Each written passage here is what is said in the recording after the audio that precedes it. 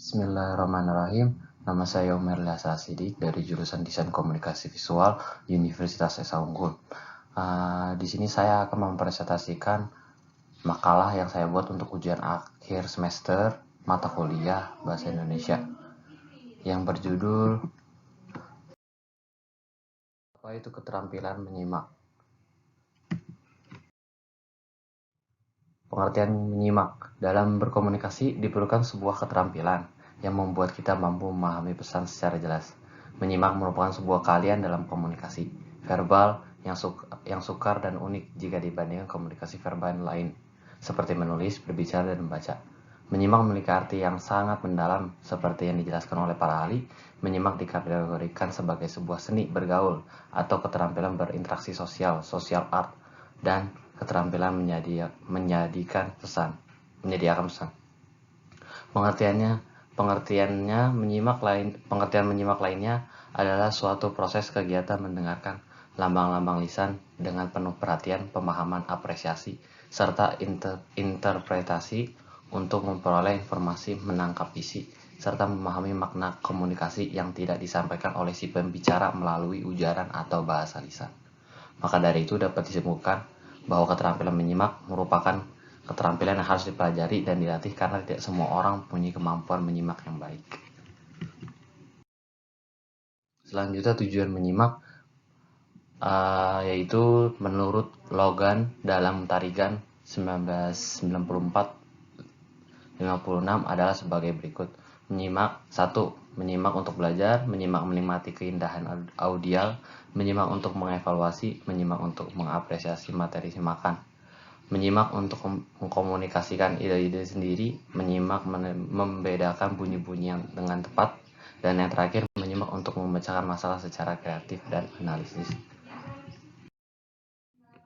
Selanjutnya, fungsi menyimak berikut ini terdapat beberapa fungsi dalam melaksanakan kegiatan menyimak, diantaranya yaitu 1. Membuat hubungan antar pribadi lebih efektif, 2. Memperoleh informasi yang ada hubungan atau sangkut pautnya dengan pekerjaan atau profesi, 3. Dapat memberikan respon yang tepat, 4. Mengumpulkan data agar dapat membuat keputusan-keputusan yang masuk akal.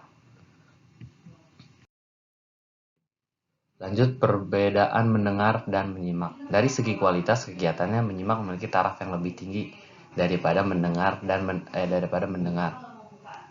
Karena dalam menyimak terdapat proses mendengar, memahami, mengapresiasi, dan menginterpretasi bunyi yang diterimanya, dan bukan hanya sekedar mendengar bunyi yang masuk dari telinga kanan keluar telinga kiri.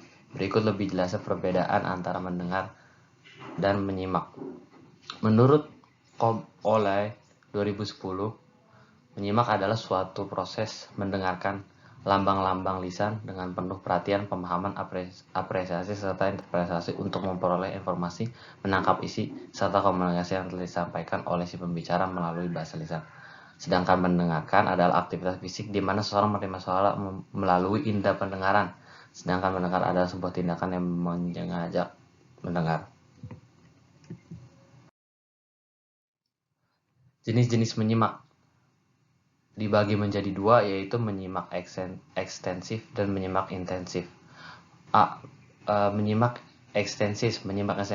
Extensive listening adalah sejenis kegiatan menyimak yang berhubungan atau mengenai hal-hal yang lebih umum dan lebih bebas terhadap sesuai bahasa. Tidak perlu di bawah bimbingan langsung serta guru. Pada umumnya membaca ekstensi dapat dipergunakan bagi dua tujuan yang berbeda. Yang kedua adalah menyimak intensif. Kalau menyimak intensif lebih diarahkan pada menyimak bahasa alamiah secara lebih bebas dan lebih umum serta tidak perlu dibawa bimbingan langsung dari sang guru. Maka menyimak intensif diarahkan kepada sesuatu yang jauh lebih diawasi, dikontrol dalam hal-hal tertentu. Selanjutnya, proses menyimak. Berikut beberapa penjelasan tentang proses menyimak menurut para ahli dari berbagai sumber. A. Tahap mendengar. Dalam tahap ini kita baru mendengar segala sesuatu yang dikeluarkan oleh pembicara dalam ujaran atas pembicaranya. B. Tahap memahami. Setelah kita mendengar maka ada keinginan bagi kita untuk mengerti atau memahami dengan baik isi pembicaraan yang disampaikan oleh pembicara. C. Tahap menginterpretasi. Penyimak yang baik yang cermat dan teliti. Belum puas kalau hanya mendengar dan memahami isi ujaran pembicara, dia ingin menafsirkan atau menginterpretasikan isi butir-butir pendapat yang terdapat dan tersirat dalam ujaran itu. D. Tahap mengevaluasi. Setelah memahami atau dapat menafsirkan atau menginterpretasikan isi pembicaraan, penyimak pun mulailah menilai atau mengevaluasi pendapat serta gagasan pembicara mengenai keunggulan dan kelemahan serta kebaikan kekurangan pembicara. Yang terakhir, tahap menanggapi. Tahap ini merupakan tahap terakhir dalam kegiatan menyimak, menyebut, mencamkan, dan menyerap serta menerima gagasan atau ide yang disampaikan oleh pembicara dalam ujaran atau pembicaraannya.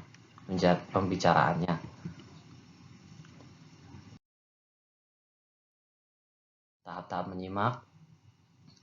Menurut Ruth G. Strickland, terdapat 9 tahap menyimak yang secara berurutan, mulai dari yang tidak berketentuan sangat kepada yang amat bersungguh-sungguh.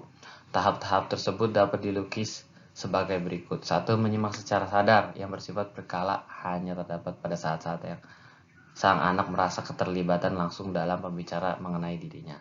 2. Seling-selingan atau gangguan yang sering terjadi sebaik dia mendengarkan secara intensional atau disengaja tetapi yang bersifat dangkal atau superficial. 3. Setengah mendengarkan sementara dia menunggu kesempatan untuk mengekspresi isinya, hatinya, mengutarakan apa yang terpendam dalam hatinya. 4. Penyerapan absorpsi keasikan yang nyata selama respon atau penangkapan pasif yang sesungguhnya. 5. Menyimak sekali-sekali, menyimpan sebentar-sebentar, diperhatikan yang sesama bergantian dengan keasikan, dengan ide-ide yang dibawa oleh kata-kata sang pembicara ke dalam hati dan pikiran.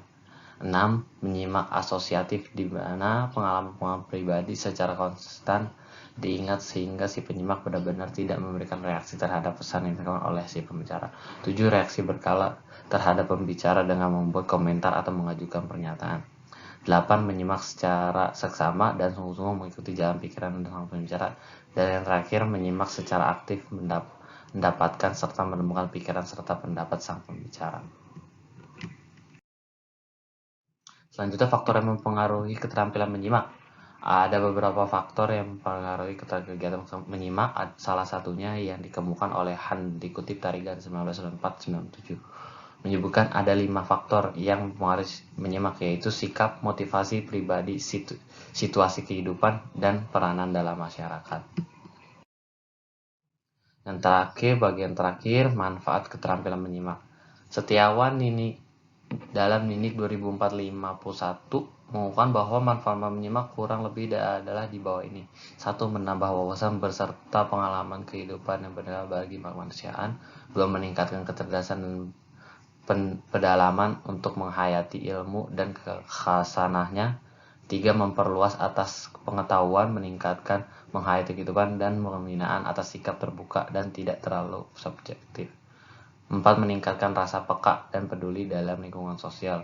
5. Meningkatkan kesan seni bila si makan itu materinya berisi hal yang lembut dan dengan bahasa yang unik atau menarik.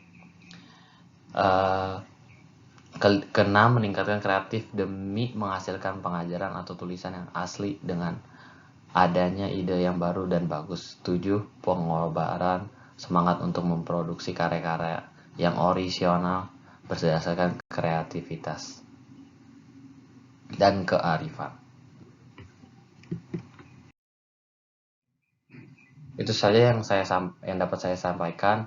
Terima kasih atas perhatiannya. Jika ada pertanyaan ataupun komentar, silakan diketik di kolom komentar.